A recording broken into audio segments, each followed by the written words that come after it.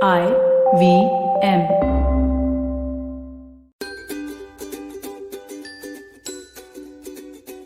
Hello, I'm Shifa Maitra, and I hope you're eager to hear what I have for you on Smile India today. Interesting, uplifting news from across the nation. Let's begin with Kolkata.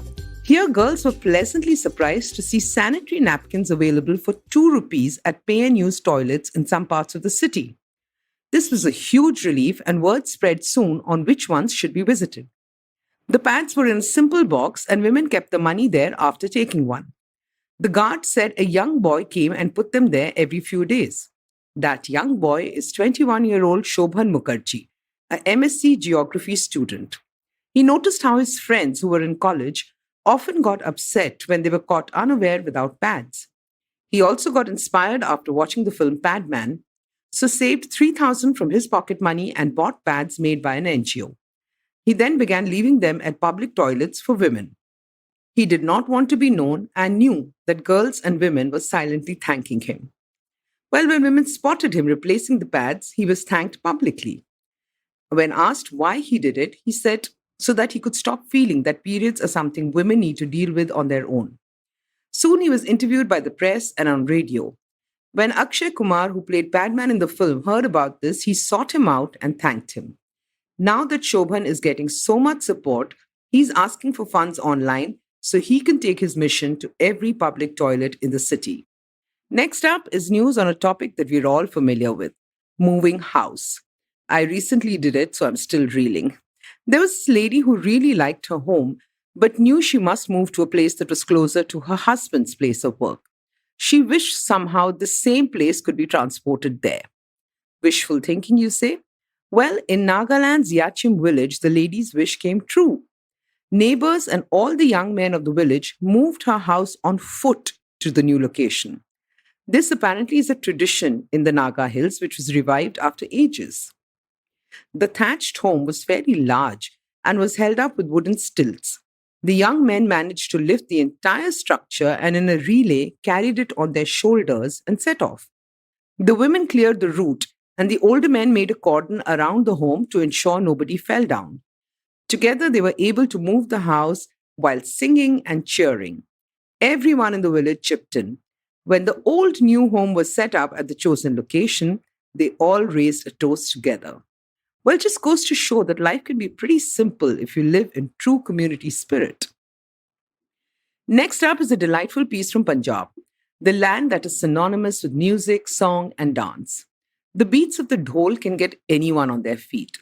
That's what a little girl called Jehan loved at festivals and weddings.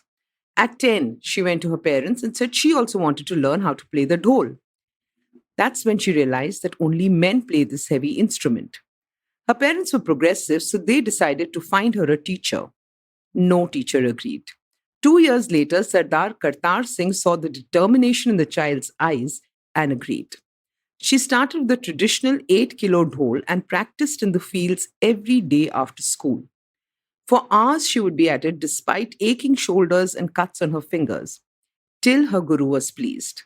At 14, she became the youngest female dhol player in the country. She won medals in college, at the state level, and her parents changed her name from Jahangeet Kaur to Jahangeet Singh. She was truly a lion now. She enjoys performing this traditional art form and is on her feet through a program or function, ensuring everyone is on a high with her music. She does shows all over the country and the world. She's glad that other young girls are taking up the dhol too. As promised to her parents, she ensures her studies do not suffer. At 21, she's studying law at the Punjab University. This is one young lady who makes the right kind of noise. Next up is a lovely piece from Mumbai. While most of us rue the fact that vegetables are not fresh and that pollution is harming everyone's health, George Remedios is a young man who decided to do something about it. His father took ill due to pollution. His pretty cottage and garden got demolished in the name of redevelopment. So George did some research. In his father's memory, he began Turning Tides, a non-profit NGO that builds food forests in Mumbai. Each forest has coconut, mango, guava, papaya, and pomegranate trees. The forest does not require too much space, and once these 50 trees start doing well, Vegetables like tomatoes, brinjals, and okra are grown too. George ensures natural compost is used. Each forest then provides organic fruits and vegetables to people close by, and the excess can be sold and provide money to those who need it. These forests over the last 6 years are doing really well in tribal hamlets, orphanages, old age homes, and areas where marginalized communities live. George gave up his advertising job and devotes all his time to the forests. He regularly checks on the trees and helps the inmates look after them. He feels happy when he sees children in the orphanage taking pride in showing him their produce. Or the elderly are happy that the air quality has improved. They can see more birds. Some corporates approached him, and as part of the CSR initiatives, he's now building more forests in and around Mumbai and Pune. Recently, George also began charging a fee and helping people grow food in their balconies or rooftops. This eco warrior believes that if we grow even a small percentage of what we eat, it will make a huge difference to our health. He should know, given that he sees people enjoying the fruits they grow on a daily basis. Fruits they would never have been able to afford to buy and eat till food forests became a part of their lives. That's it for today, and I'll be back next week with more delightful news from India. Till then, stay home, stay safe, and get vaccinated. For more interesting information on our country, please like and follow Good News Indians on Facebook. To hear more engaging podcasts, download the IVM app, go to the IVM website, or look for us wherever you get podcasts from. To stay in touch with me, you could look up Shifa Maitra on Twitter and Instagram. Since you heard and liked Smile India in English, you could check out our Hindi version too and recommend it to people who prefer podcasts in Hindi. Hey everybody, it's been a great week on the IVM Podcast Network. On the season finale of Getting Meta, Chuck speaks to social service activist Srini Swaminathan about how he completed 28 cycling marathons despite having asthma. On Candid Kanan, ex-Big Boss contestant Ali Goni opens up to Siddharth about his relationship with Jasmine and how it was received at home. On Shunyuvan, Shiladitya and myself speak to Kirti Jangra, co-founder and COO of Animal Technologies, about the journey of this cattle trading platform.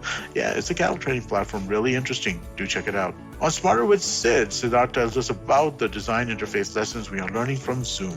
And on Hansvani, listen to a beautiful ghazal titled Ghar Badal. Do follow us on social media. We're IVM Podcast on Twitter, Facebook, Instagram, and LinkedIn. And remember, if you're enjoying this show or any of the shows on the IVM network for that matter, please do tell a friend. We really appreciate that. And finally, I'd like to thank the sponsors on the network this week, Ciet Cred, Banco Baroda, Quarter, and CoinSwitch Kuber. We really do appreciate the support. Season 3 of Echoes of India, your favorite history podcast, is back on the IVM Podcast Network. I'm your host, Anirudh Kanasetti. Join me on a journey through the wonders of early India as we explore the centuries between Buddha and Ashoka with critical research, empathy, and great storytelling. Along the way, you'll hear from all the vibrant peoples who shaped our world, from monks and farmers to warriors and emperors. New episodes are out every Monday.